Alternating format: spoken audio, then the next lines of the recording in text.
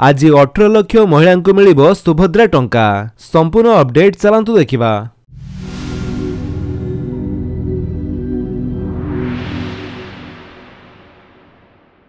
8 February आज 18 लाख महिला को सुभद्रा योजना रे टंका बंटन करा जिवो। एथिपई जाजपुर रे एक भव्य कार्यक्रम आयोजन करा जायछि। 18 लाख महिला को टंका बंटन पर राज्य रे 98 लाख महिला सुभद्रा योजना रे लाभवान हेबे। एहा सह जो माने एनपीसीआई रे रहि जिबे सेमानंको मार्च 8 तारिख सुधा जोड़ा जिवो बोली गतकाली उप मुख्यमंत्री प्रभाती परिडा संबलपुर रे सूचना दैछंती।